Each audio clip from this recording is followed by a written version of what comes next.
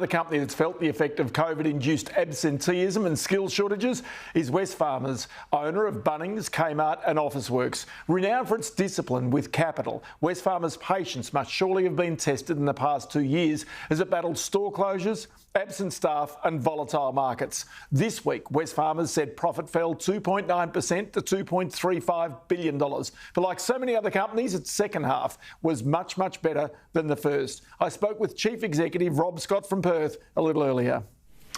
Well, Ross, I'm really looking forward to going to the Job Summit, and I guess I see myself as being a voice piece for our 100,000 team members in Australia, and that is really focused on a couple of things. It's trying to find a way that we can unlock some of the blockages around enterprise agreements, and that is so important for our businesses to drive productivity and ultimately deliver higher wages for our team members. That would be my first message. The second message is that I think there are some fantastic short-term wins that we can achieve out of the Job Summit, and addressing the critical shortages of skills and workers in Australia at the moment is an important one. So getting immigration going again, getting more skilled migrants into Australia, and improving some of the visa backlog problems that are holding us back at the moment. Okay, so the immigration and the visa issues are issues that we have covered here on the program. One we haven't covered is enterprise bargaining agreements. Now, you've said, and I've seen it reported, that you say they're broken. What is actually broken about enterprise bargaining?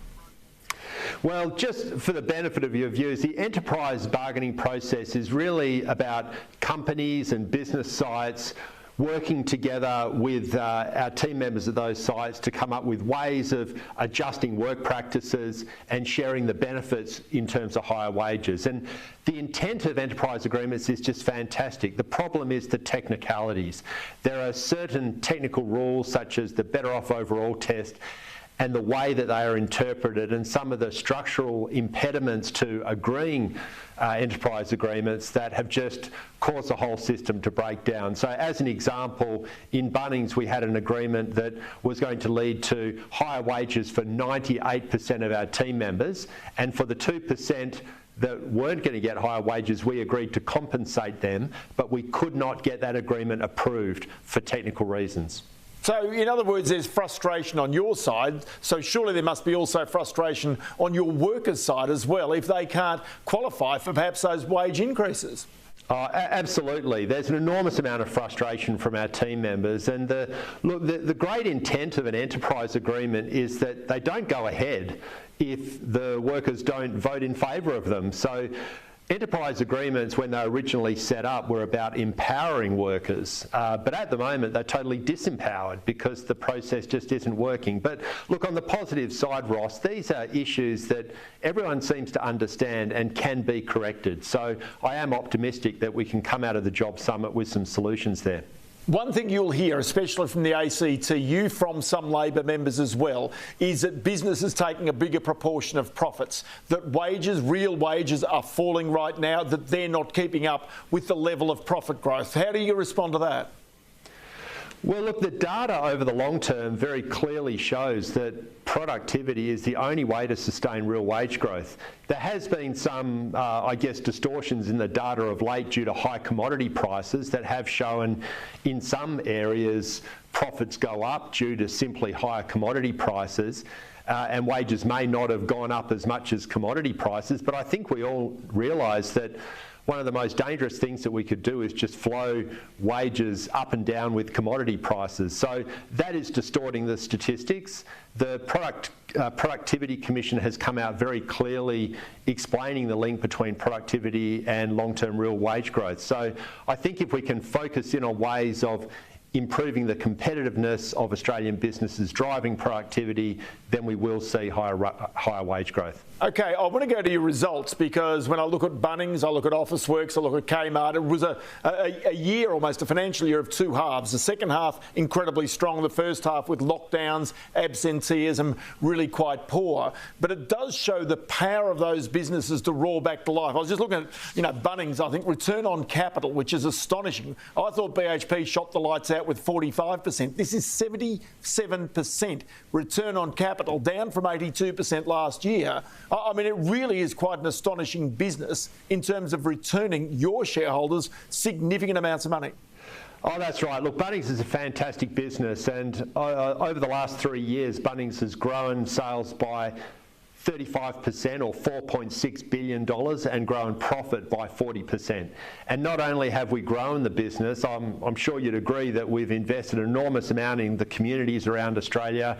We continue to pay our team members when there wasn't work available through the lockdown. So we're definitely managing this business for the long term. But I guess Bunnings benefits from the very long-term focus that we have in Wesfarmers. If you go back 10, 20 years ago, Bunnings wasn't generating those kind of returns. So the opportunity for our other businesses is really to play that long game, invest in the future, and hopefully one day they can be achieving similar returns. Okay, so the one thing about Wesfarmers people need to understand is you've always been a diversified portfolio of assets, and it's very hard when Bunnings is so big and growing so fast, or even Officeworks as well, to have something come along in that business. Explain to me the Mount Holland lithium business. You also made other plays in the lithium industry as to why you went so aggressively into that space. Well, I guess what gave us the opportunity to invest in Mount Holland is that we have a phenomenal chemicals, energy and fertiliser business with very deep experience in chemical processing and developments here in Western Australia. And our WesF business generated 40% growth in earnings and delivered $540 million of earnings before tax this year.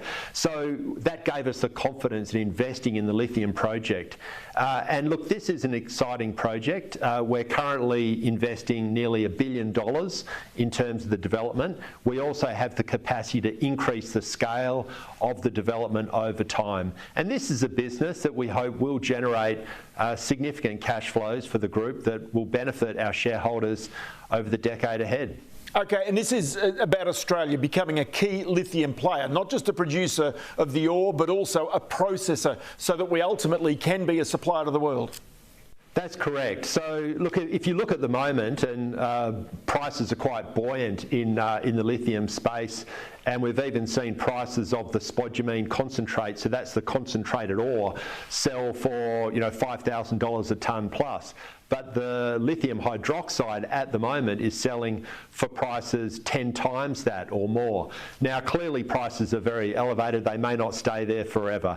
But we think that it is a fantastic opportunity, not just for Wesfarmers, but for Australia, to get more involved in the value-added processing. And we do have some unique advantages in Western Australia, the quality of the ore bodies and competitive chemical manufacturing within Kwinana that should set us up well.